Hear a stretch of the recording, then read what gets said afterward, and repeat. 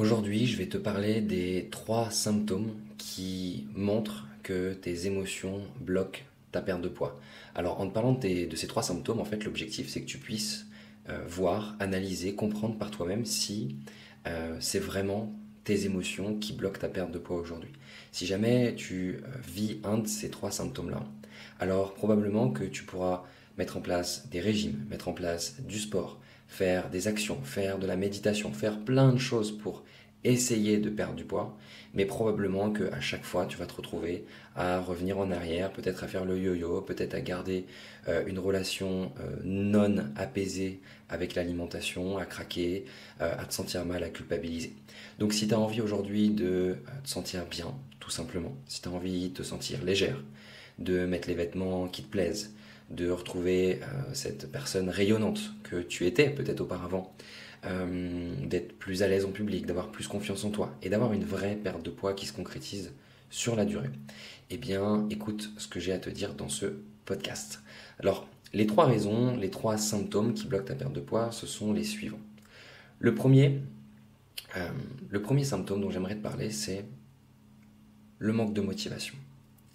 Est-ce qu'aujourd'hui, tu as l'impression de manquer de motivation? Qu'est-ce que j'entends par là? Tu sais quoi faire.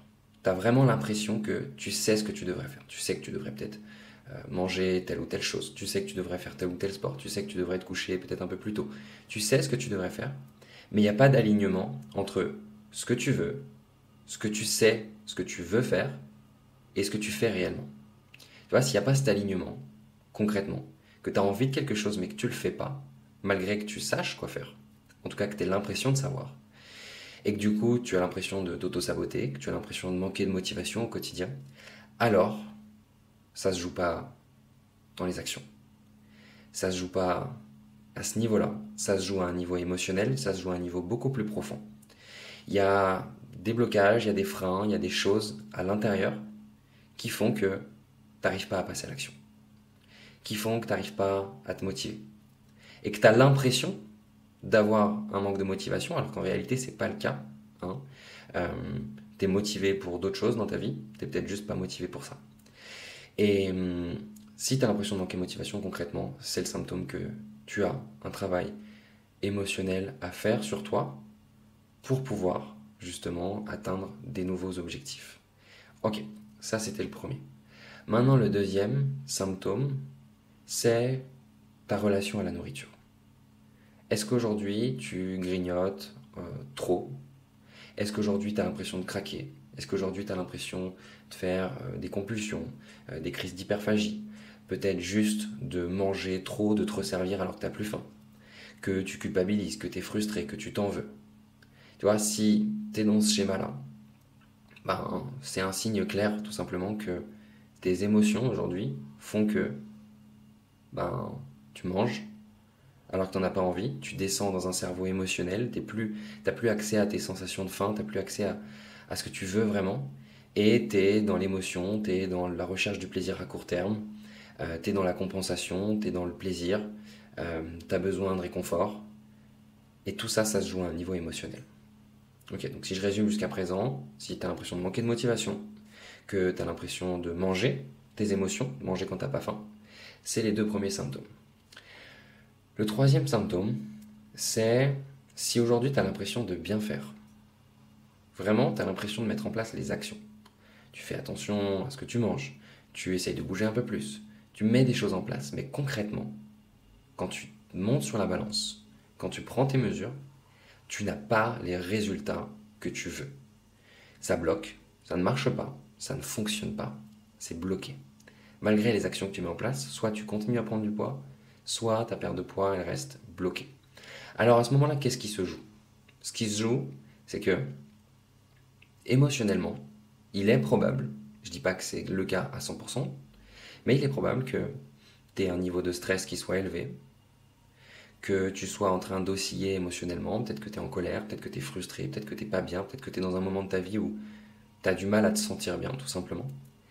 Et cette accumulation, cette surcharge émotionnelle, eh bien, elle entraîne la sécrétion d'hormones comme le cortisol, comme d'autres hormones, qui vont t'amener à ralentir ce fameux métabolisme, qui vont t'amener à moins bien récupérer, qui vont t'amener à être plus fatigué, à moins bien dormir, à moins récupérer. Et les recherches à ce sujet-là, elles sont très claires. Elles démontrent que si on a un niveau de stress élevé, si on a une qualité du sommeil qui est pas géniale, bah concrètement, on a beau mettre en place des actions, c'est beaucoup plus compliqué. Parce que notre corps se met en mode survie, en mode protection.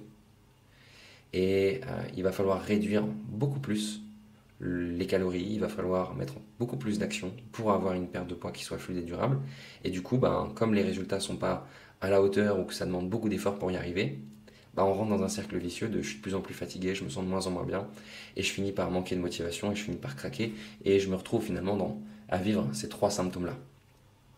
Donc si aujourd'hui tu te sens stressé, tu sens que tu n'es pas bien, tu sens que tu mets en place des actions mais que tu n'y arrives pas, alors ça se joue aussi à un niveau émotionnel. Et je te garantis que le jour où tu décideras vraiment d'aller mettre en place des choses, d'aller travailler sur toi, d'aller résoudre et lever les blocages émotionnels qui bloquent aujourd'hui ta perte de poids, mais qui bloquent aussi sûrement d'autres domaines de ta vie, alors tu seras vraiment amené potentiellement à changer en fait, à changer les choses, vraiment, à avoir des nouveaux résultats, à perdre du poids, 5, 10, 15, 20 kilos, je ne sais pas quel est ton objectif à toi, mais qui est du changement, qui est du concret. Donc maintenant, si tu veux du concret, si tu veux du vrai changement, c'est important que tu passes à l'action en fait. Comment est-ce que tu peux passer à l'action? Tout simplement, la première étape, la première chose que tu peux faire, c'est déjà de réserver un appel avec notre équipe. Un appel avec Kiné Coach Santé, c'est un appel qui n'engage à rien, c'est un appel d'ailleurs dans lequel on va rien avoir à te vendre. Tu vois, c'est vraiment un appel de 10-15 minutes qu'on appelle bilan de perte de poids émotionnel. Et ce bilan de perte de poids émotionnel, c'est un échange avec un coach qui va nous permettre, nous, de mieux te comprendre, d'analyser d'où vient ce blocage et de te rediriger tout simplement vers des ressources, vers peut-être un autre échange, un autre coaching avec un professionnel de l'équipe. Ça peut être de te proposer à terme notre accompagnement, ça peut être de te partager des exercices, des choses qui vont t'aider à avancer. Mais c'est déjà un magnifique premier pas que tu peux faire.